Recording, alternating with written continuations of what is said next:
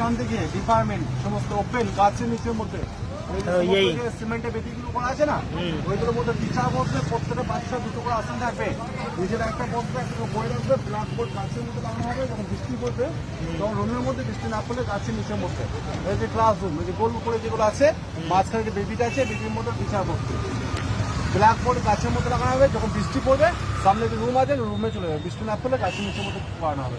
বাচ্চাদের পায়ে ঘুমোর জন্য নাচ গান ওপেন কেজ করা আছে, কেজের মধ্যে হবে।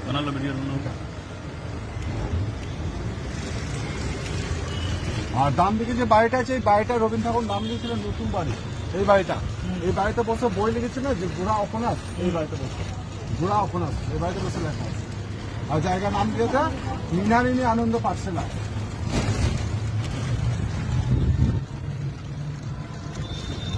ডান দিকে সমস্ত গাছ করছেন, বাঁ দিকে সেন্ট্রাল লাইব্রেরি, বিশ্বভারতী।